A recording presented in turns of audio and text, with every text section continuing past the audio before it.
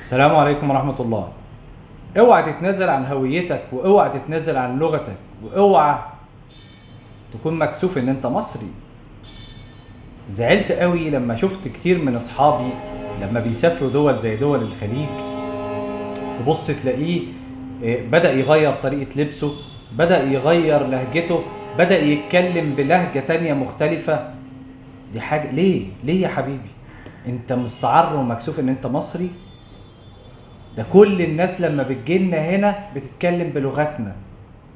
اي حد، كل العرب، كل الخليج لما بيجي مصر يقول لك اهلا يا باشا، وعامل ايه يا باشا، عايز يتكلم بلغتك. وانت تبقى رايح هناك تلبس لي اللبس الخليجي جميل، ما عنديش مشكلة، ده زي رسمي عندهم، وده زي حاجة مفخرة لهم، دي حاجة كويسة وينفع البسه، ينفع البسه، بس تلبسه مش من باب تغيير جلدك ولا نزع هويتك، ولا حضرتك لما تيجي تقول ايش وموي دي لغتهم. ينفع تقول بقى ايه؟ ازيك، اخبارك، عامل ايه، ما تجيب لي كوبايه ميه.